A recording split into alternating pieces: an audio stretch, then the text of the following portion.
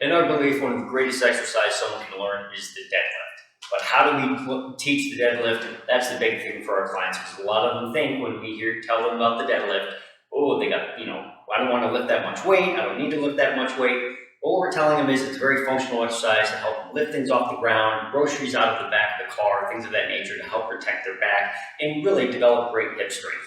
Hi, I'm Dave Radin, Certified Strength Conditioning Specialist at Precision Fitness, and today we're going to talk to you about the 3 progressions we use to teach clients our deadlift procedures. So first one is going to be using a kettlebell. So you can see here I've got my kettlebell. We tend to start up with it raised up off on the platform. We have just a step here. There's also blocks or other things you can use to raise it up. We just use a step. So the first thing we'll do is we'll grab the weight. We usually don't have to start too heavy for our clients. We want to make sure they get the idea of how to hinge.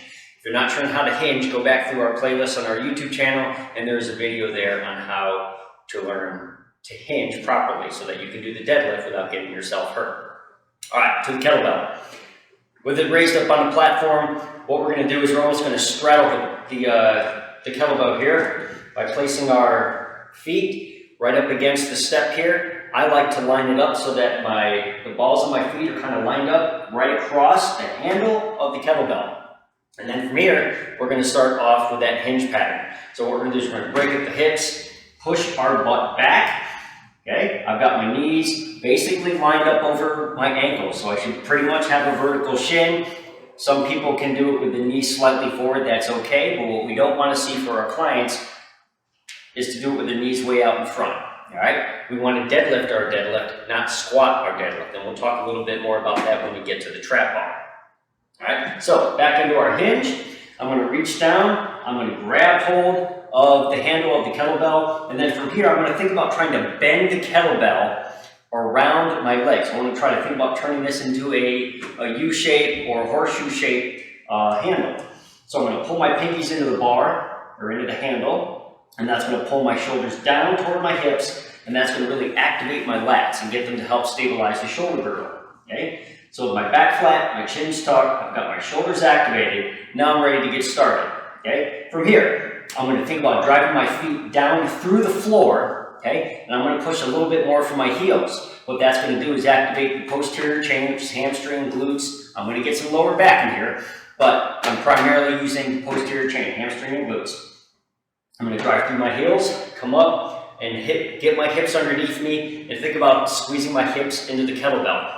All right? I'm going to unhinge, re-grip, reset my shoulders after every rep, and then come back up. Okay? Some common mistakes we see people here is that they can't get the shoulders set back enough, or once they start, they'll lose it. They'll start rounding the back out. So you really need to make sure you've got that nice tight, flat back, all the muscles are activated, and ready to go. All right? And again, we're using our glutes, pulling the pulling the pinkies into the bar, driving through the heels, squeezing the glutes underneath you so you're standing up tall versus stopping here. Okay? I don't know how you can see that, but my butt is stuck out versus tucked under where I'm nice and tall. All right? That's the kettlebell version. Up next, we'll talk about the trap bar. All right, now that we just talked about the kettlebell, now we're going to move on to the trap bar. So the trap bar is also known as a hex bar, and it's a really cool bar in which you can actually stand in the middle of it, and the bar kind of wraps around you, and then we put the weights on the end like a traditional barbell. This makes it a lot easier for a lot of our people to be able to move to a bar that maybe don't have quite the shoulder mobility to really grab the straight bar in the front and really get the shoulders back. This one, the handles to grab onto are off to the side, so you have a neutral grip out here, which is for some people a lot easier to pull the shoulders down. Plus, if you're standing in it, the axis of where the weight is actually comes right through your legs, just like we talked about with the kettlebell, where we're practically straddling it. So the weight kind of goes around you, and the axis of pull kind of comes through your legs and out the side. So it puts a little less pressure on the back, allows you to focus a lot more on the hamstrings, the glutes. Again, the lower back is getting involved, but it's being used as more of a stabilization muscle for this exercise. So the trap bar is very cool. You can see I've got it elevated on some blocks. Okay, we always start our folks elevated on the blocks with the trap bar. There's probably very few people we have that we can do it from the floor comfortably because of ankle mobility or any other certain issues. So we always start them elevated, just like we did with the kettlebell. All right. Another feature with the trap bar, I don't know if you can really see it from the angle here, but there are two sets of handles. One set is actually elevated over the bar here. It's up by probably 3 or 4 inches. So it helps with those who don't have the hip mobility, the ankle mobility to really get down. They don't have to reach down as far. It's as if we were putting another block on it and raising it up. So if they can handle that, we can just turn it over and then it's level with the bar with this end post here. Okay, so a couple different ways we can do it. Okay, all right, so the trap bar. We step into the trap bar. Okay, think of this kind of like straddling that step that we had for the kettlebell.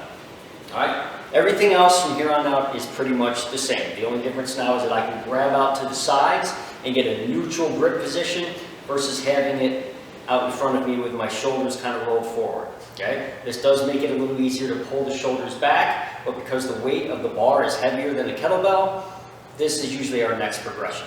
Okay, all right, so from here, we're going to push those hips back.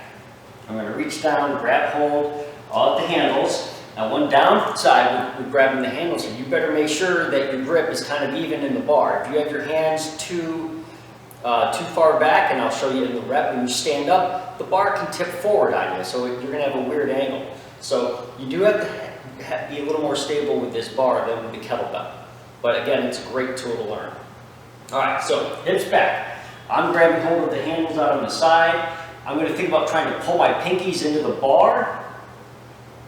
Again, with the neutral grip position, it's a little easier to pull the shoulders down. My knees are over my ankles. I'm going to drive my feet through the ground. I'm going to stand up to my heels, squeeze my glutes underneath me, nice tall posture. I'm going to unhinge and come back down. All right? So, a couple other things you need to be aware of with the trap bar. Okay? If you're a little unsure of stuff, you can easily swing the weights here, but that's usually not an issue. We've never had anyone who just stands up and starts swinging the weight back and forth. So you just want to keep your arms just hanging by your sides. Your shoulders you're treating them like a pendulum. Okay? So they're only going where the weight is pulling. All right? And that's basically just straight up and down. All right? So that's the trap bar. All right? So what I mentioned before with the kettlebell about moving the knees forward, because you can step inside this, you can have all kinds of different play of where you want to move your knees. So again, we like to teach with a little more of a vertical shin with the deadlift. So if you want to move forward with the knees, have the knees a bit more forward out over the toes or toward the toes, you're going to change the position and the activation of the muscles in the line of pull. All right? So if I do this here now and stand up, I'm feeling this a little more in my quads because the weight is shifted forward by sliding my knees forward a little bit. Okay? It's not necessarily a bad thing. Okay? But if you want to learn how to deadlift, you want to think more of vertical shin. Knees forward position using the trap bar can almost become like a squat. Okay? The main difference between here and a regular barbell squat, obviously, is I don't have the bar behind my head. It's just down in front of me. Right? So it's a little safer from a compression force from the bar sitting across the neck versus just having it here on your sides, but you do have that increased risk with your back, which is why we want to teach that vertical shin deadlift position. So we're activating the glutes, the hamstrings, and having that lower back being used as a stabilization mechanism. That way we get all of this working together. Okay? All right, so that's the trap bar. Last but not least, we've got the straight bar or the traditional deadlift. All right, we've done the kettlebell deadlift, we've done the trap bar deadlift. Now we're talking about the straight bar deadlift, regular deadlift, whatever you want to call it. I still have them up on my blocks.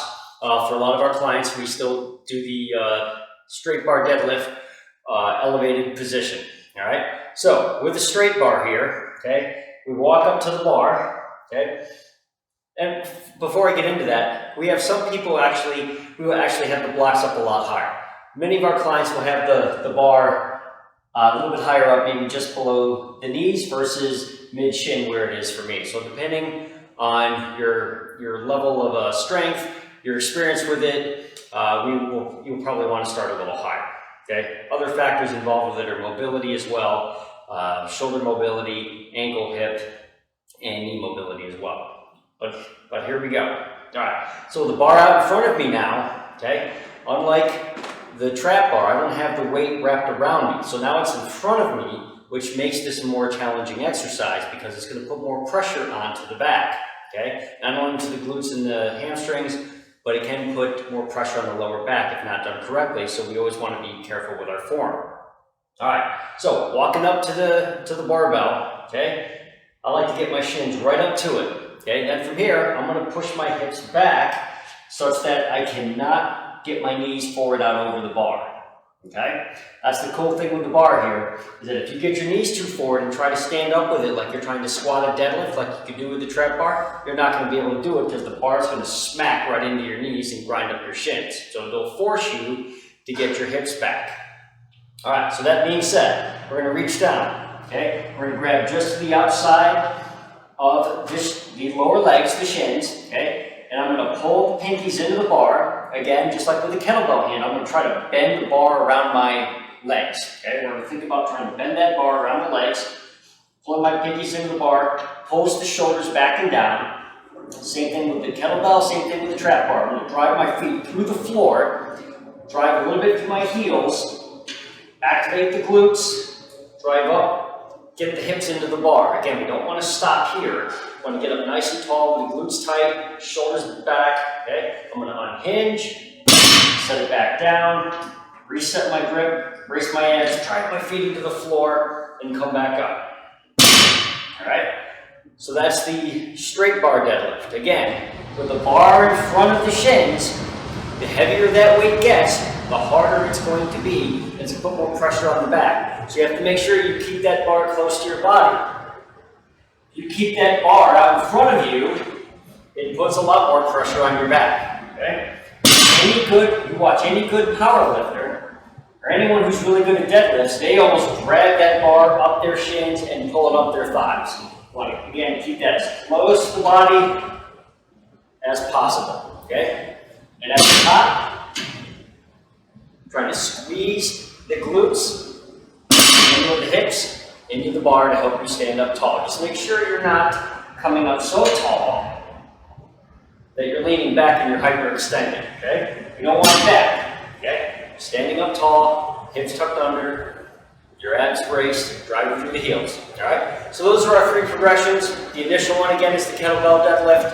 Then we can work into the trap bar, and then we'll go to the straight bar, okay? Some people can go right to the straight bar. Some people will just have them stick straight with the trap bar, okay? To us, a deadlift is a deadlift, okay? Between the kettlebell, the trap bar, and the straight bar. The straight bar is the ultimate goal for some people, but the other 2 are great progressions to use to help build up toward this if they want to get that direction.